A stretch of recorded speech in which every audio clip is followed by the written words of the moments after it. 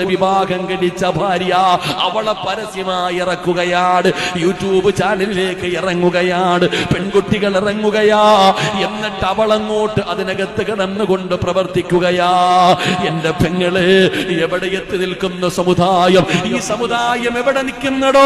പണത്തിന് വേണ്ടി സ്വന്തം ഭാര്യ കണ്ടവന്മാരുടെ മുമ്പിലേക്ക് ഇറക്കി വിടുന്ന അവസ്ഥയിലേക്ക് ഇന്നത്തെ ഉമ്മത്ത് പോയല്ലോ.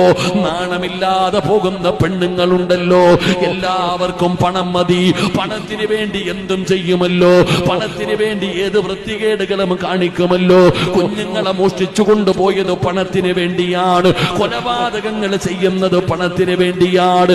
എങ്കിൽ എന്റെ ചെറുപ്പക്കാരാ, പണമല്ലടാ വലുത്, സൗന്ദര്യമല്ലടാ വലുത്, കുടുംബ മഹിമയല്ലടാ വലുത്. ദീനുള്ള പെണ്ണിനെ വേണം വിവാഹം കഴിക്കാൻ. ദീനുള്ള